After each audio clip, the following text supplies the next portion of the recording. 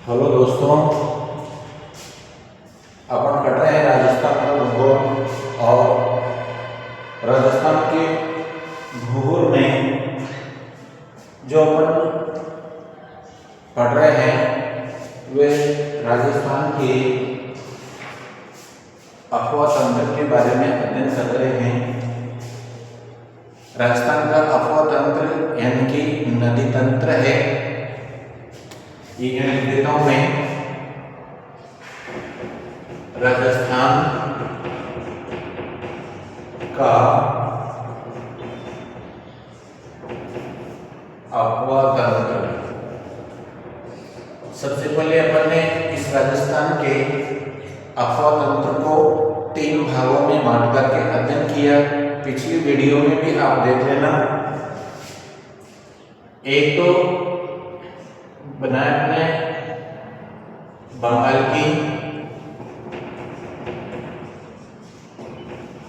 बंगाल की खाड़ी का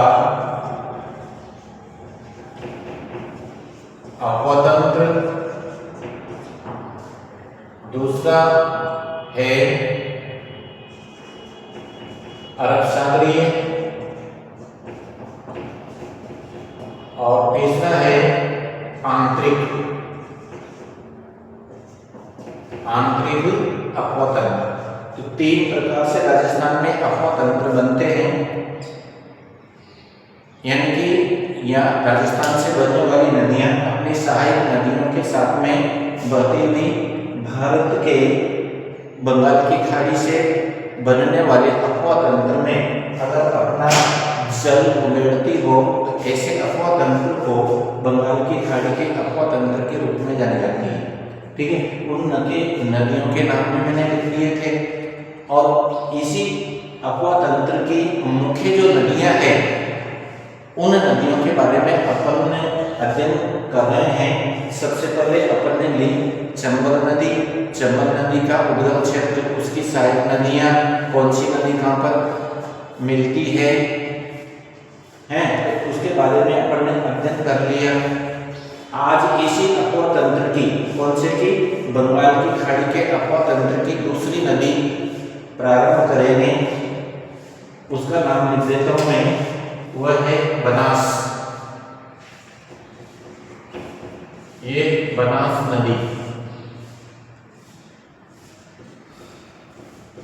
बनास नदी है। बनास नदी के बारे में भी इसी प्रकार से पढ़ेंगे जिस प्रकार से चंबल नदी के बारे में पढ़ा था। आपके कमेंट्स भी आते रहते हैं और मैंने उसमें कुछ सुधार करने की कोशिश की है।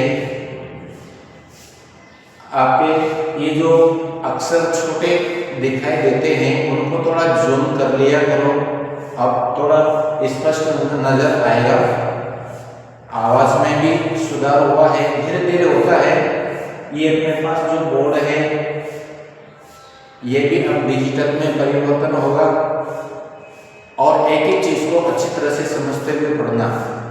दूसरी बात है, अपने पास विस्तार के वीडियो नहीं है जिसमें विस्तार की चीजें तो किताबों में भरी पड़ी है, अपन उनको क्यों न पढ़ लें। केवल इंपॉर्टेंट चीजों को पढ़ना है जो मैं यहाँ बता रहा हूँ क्लास में, वही परीक्षा उपयोगी है। फालतू की चीजों को ज्यादा पढ़ने से क्या फायदा है। तो अपने दोस्तों को भी इसमें जोड़ते हुए शेयर और सब्सक्राइब करते रहें ताकि अपना परिवार बढ़ता रहे। अपन इस बंगाल की खाड़ी के अफवाह तंत्र को आगे बढ़ाते हुए बनास नदी के बारे में पढ़ते हैं। इस बनास नदी का भी उद्गम क्षेत्र कहाँ से है, इसकी सहायक नदियाँ कौन कौन सी है, राजस्थान के कौन कौन से जिलों से ये निकलती है और त्रिवेणी संगम भी बनाने वाली नदी है।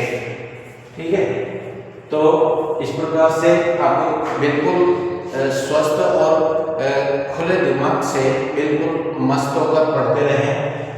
तो बनास नदी का, इसको किस नाम से जाना जाता है, वन की आशा। वन की आशा, इस नदी को वन की आशा के नाम से भी जाना जाता है। ध्यान रखना कितनी बार क्वेश्चन आ भी चुका है। वन की आशा कहलाने वाली नदी है, बहुत सारे ऑप्शन दे दिए जाते हैं, उनमें से बनास नदी ही एक ऐसी नदी है जिसको वन की आशा के नाम से जाना जाता है।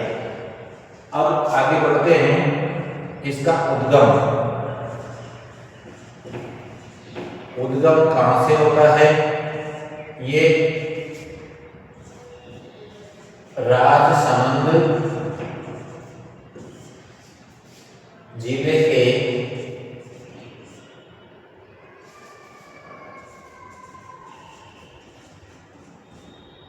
खमनोर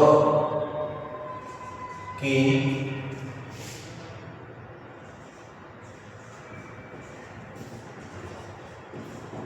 पहाड़ियों से, ये इसका उद्गम हो गया। राजसमंद जो जिला है वहां पर खमनोर की पहाड़ियां है। अरावली पर्वतमाला में जो खमनोर की पहाड़ियां है वहां से इसकी बनास नदी का उद्गम होता है।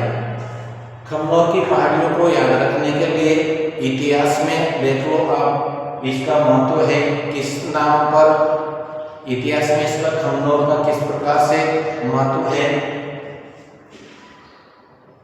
कि हल्दी घाटी का जो युद्ध हुआ था, खमनोर का युद्ध के नाम से भी जाना जाता है। हल्दी घाटी के युद्ध को खमनोर के युद्ध के नाम से भी जाना जाता है और राजसमंद जिले में है। ठीक है, इसके बाद में यह नदी कौन कौन से जिलों में बहती है? प्रवाह क्षेत्र, प्रवाह क्षेत्र, प्रवाह क्षेत्र के बारे में अध्ययन करें तो देखो सबसे पहले ये राजसमंद में,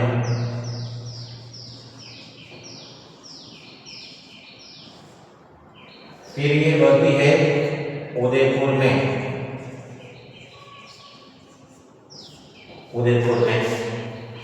फिर पुनः राजसमंद में आ जाती है,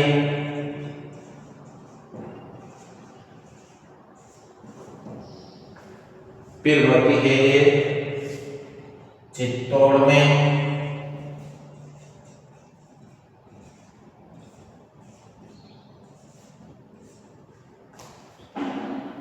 फिर बहती है ये शाहपुरा,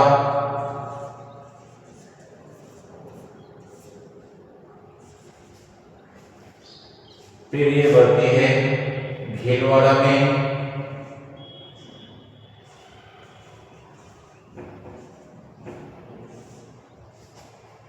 फिर ये बहती है,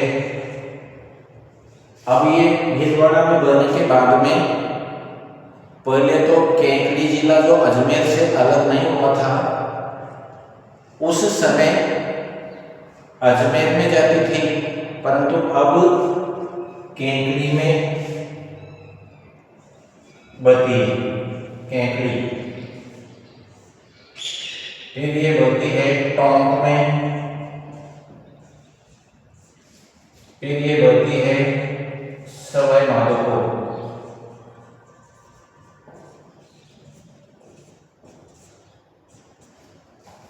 ठीक है। इस प्रकार से इसका प्रवाह क्षेत्र बना हुआ है। राजसमंद में, उदयपुर में, राजसमंद में फिर दो बार इसको काउंट नहीं करेंगे, पर इसका प्रवाह क्षेत्र बताया मैंने।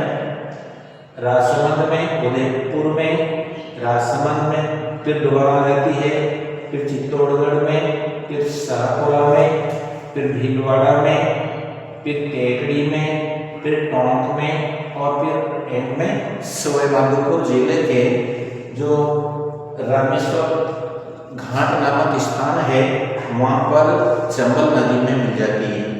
ठीक है, तो इसका प्रवाह क्षेत्र है ये। इसके बाद में इसकी सहायक नदियां कौन कौन सी है और इसका अंतिम अंतिम स्थान है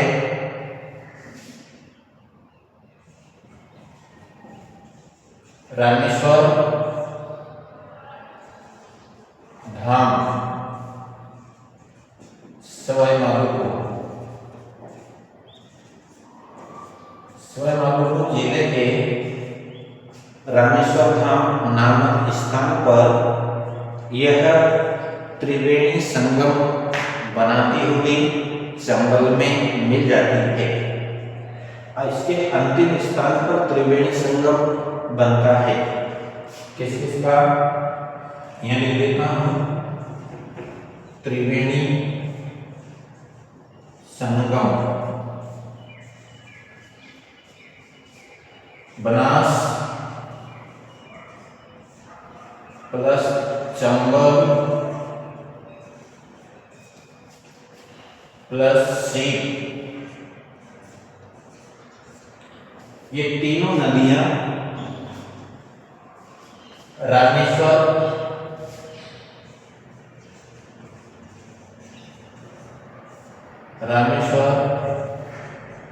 धाम या घाट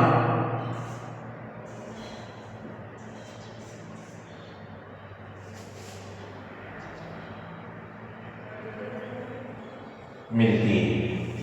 ठीक है, त्रिवेणी संगम बनता है किस से, बनास नदी से, चंबल नदी से और सीप नदी उधर मध्य प्रदेश से बहती हुई आती है।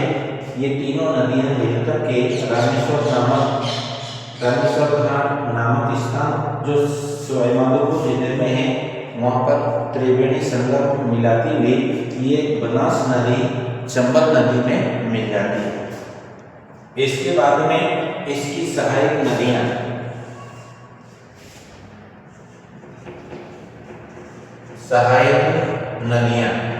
आजकल सहायक नदियों से संबंधित क्वेश्चन सबसे ज्यादा पूछे जाते हैं। सहायक नदियां, तो सहायक नदियों में जब इस बनास नदी की सहायक नदियां कौन कौन सी नदियां हैं, देखो आयर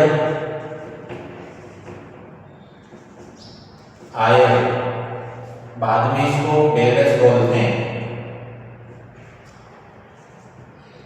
बेलच आयर नदी जो उदयपुर से निकलती है।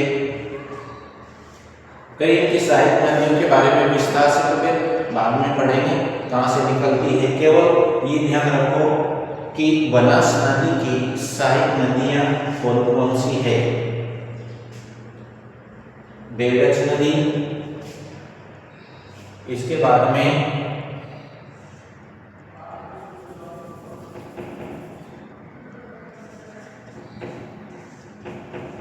कोठारी नदी,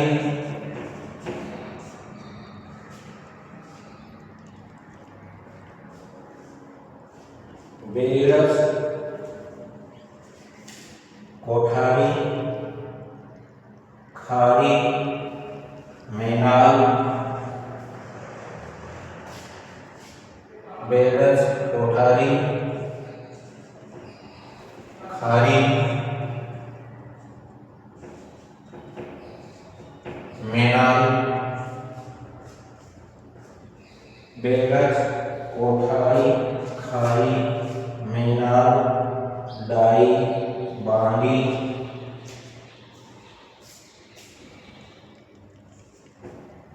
डाई नदी, बांडी और डाई, बांडी और मासी,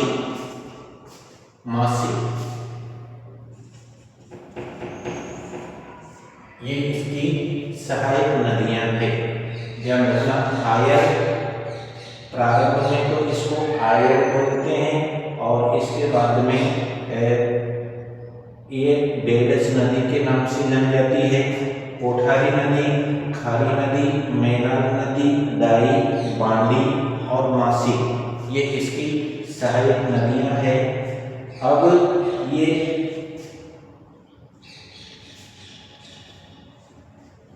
राजसमंद जिले के, जैसे ये राजस्थान का ये जिला है, इसमें से यहाँ से निकलती है और अपनी सहायक नदियों के साथ में बढ़ती हुई और इस प्रकार से इसमें इधर से चलने वाली जो चंबल नदी है ये यहाँ पर मिल जाती है इसमें। तो यहाँ पर खमनोर की पहाड़ियाँ हैं और यहाँ से दूसरी नदी मिलती है, फिर एक नदी यहाँ से निकलती है, ठीक है।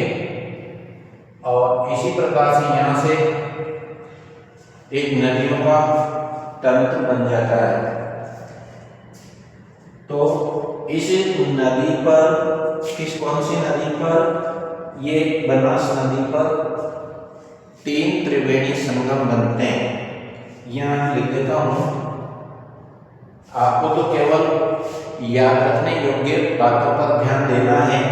एक एक चीज को अपन विस्तार से अलग अलग पार्ट में पढ़ेंगे। एक ही साथ अगर पढ़ेंगे तो पिछड़ हो जाएगा, आपके समझने में नहीं आएगा। टॉपिक लगा करके एक एक चीज को अच्छी तरह से पढ़ें। तो यहाँ मैं देता हूँ त्रिवेणी संगम, कौन कौन से त्रिवेणी संगम बनते हैं। ये त्रिवेणी संगम, त्रिवेणी संगम एक कौन कौन सी नदियों से मिलकर के बनता है। ये बनता है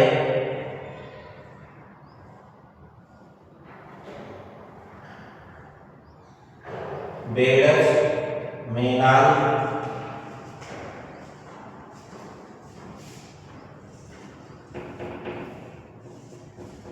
बेड़ज, मेनाल और बनास। बेड़ज, मेनाल और बनास कौन से स्थान पर बनता है।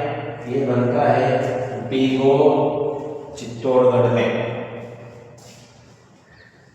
यहाँ लिख देता हूँ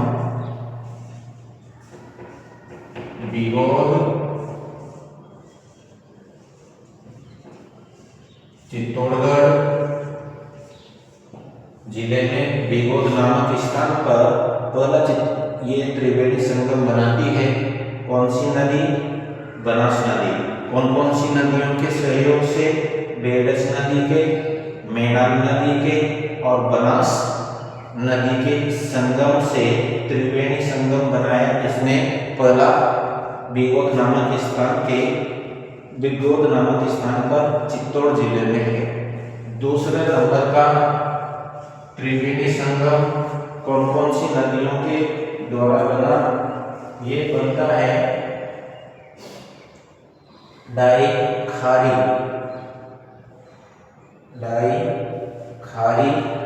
और ये डाई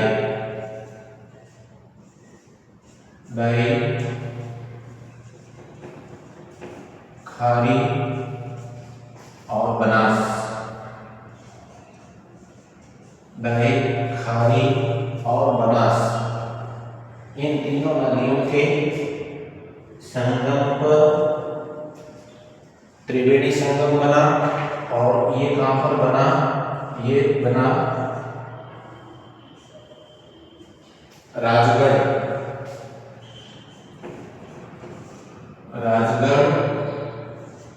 टोंक जिले में है। वहां पर ये तीनों नदियां एक ही स्थान पर मिलकर के त्रिवेणी संगम दूसरा बनाती है। इनको नोट करते चलना। तीसरे नंबर का त्रिवेणी संगम बनता है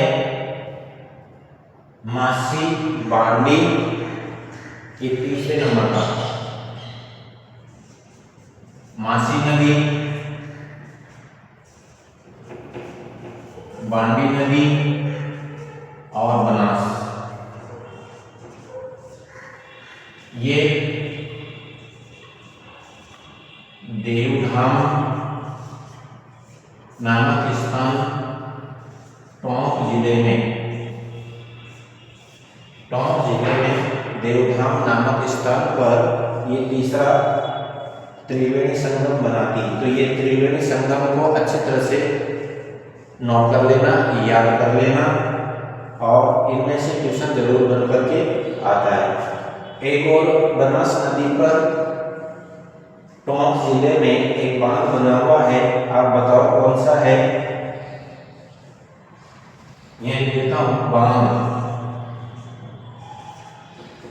जो कितनी बार क्वेश्चन पूछा जाता है। एक आरपीएससी के लिए कंपलसरी क्वेश्चन बनते हैं, क्वेश्चन जरूर आता ही है और वह है बीसलपुर बांध।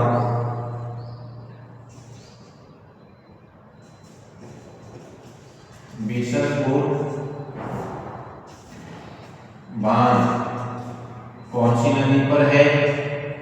बनास नदी।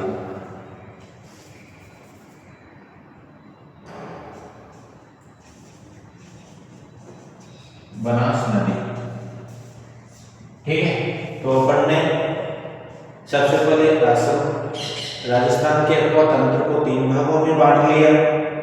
फिर इनकी सहायक नदियों के बारे में, कौन सी किसकी सहायक नदी के बारे में? बनास नदी की। और बंगाल की खाड़ी के अफवा तंत्र को विस्तार से पढ़ते हुए सबसे पहले चंबल नदी को पढ़ा, आज दूसरी नदी के रूप में बनास नदी को पढ़ा। बनास नदी को वन की आशा के नाम से भी जाना जाता है। इसका उद्गम कहाँ से हुआ? राजसमंद के खमनोर की पहाड़ियों से। प्रवाह क्षेत्र इसका कौन कौन से जिलों में है? सबसे पहले राजसमंद जिले से प्रवाह करती है और राजसमंद के खमनोर की पहाड़ियों से। खमनौर जिले को हल्दी घाटी के युद्ध के रूप में जाना जाता है, जहाँ पर महाराणा प्रताप और अकबर का जो युद्ध हुआ था हल्दी घाटी का, तो वहाँ से एक तरह से प्रसिद्ध स्थान है, तो उसको समझना। राजसमंद जिले से उदयपुर जिले में, फिर वापस पुनः राजसमंद जिले में आती है, फिर चित्तौड़गढ़ जिले में, फिर सातपुरा में, फिर भीलवाड़ा में, फिर नया बना जो अजमेर से जो जिला केंद्री अलग हुआ है वहाँ से निकलती है, फिर टोंक जिले से और फिर सवाईमाधोपुर जिले में। अंतिम स्थान इसका रामेश्वर धाम सवाईमाधोपुर जिला है। त्रिवेणी संगम बनाती है ये अंतिम त्रिवेणी संगम बनास नदी, चंबल नदी और सीप नदी, ये तीनों नदियां मिलकर के कहाँ पर मिलती है? रामेश्वर धाम या घाट भी बोलते हैं इसको, वहाँ पर इस प्रकार से मिलती है। अब देखो ये उद्गम स्थान पर ये अंग्रेजी का यू आकार बनाती है, अपने प्रवाह तंत्र का यू आकार बनाती है। जैसे मान लो इस प्रकार से इसका स्थान है यहाँ पर खमनौर का, और यहाँ पर उदयपुर है,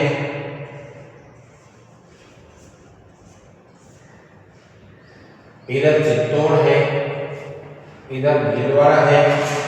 यहाँ से निकलने के बाद में ये उदयपुर जिले में और फिर वापिस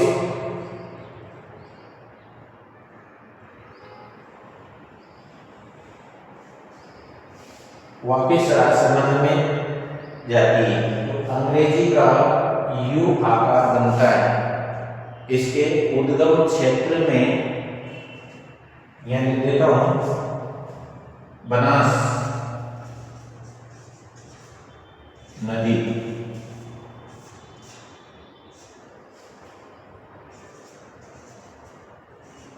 उद्गम स्थान पर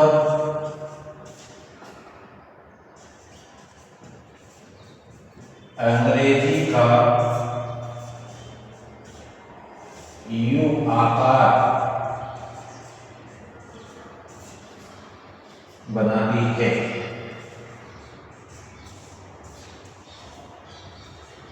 ये RS के लिए क्वेश्चन है। इसी प्रकार से क्वेश्चन बनकर के आता है। क्वेश्चन किस प्रकार से बन के आता है, जब ये टॉपिक पूरा हो जाएगा तो फिर एक एक करके एक एक चीज से अच्छे अच्छे क्वेश्चन बना करके दूंगा मैं। आप बने रहिए और अपने दोस्तों को भी ये क्लास शेयर करते रहे। धन्यवाद। कल अपन नई और दूसरी नदी लेंगे और उसका भी इसी प्रकार से विस्तार से अध्ययन करेंगे और इस क्लास को आगे बढ़ाते रहें। धन्यवाद।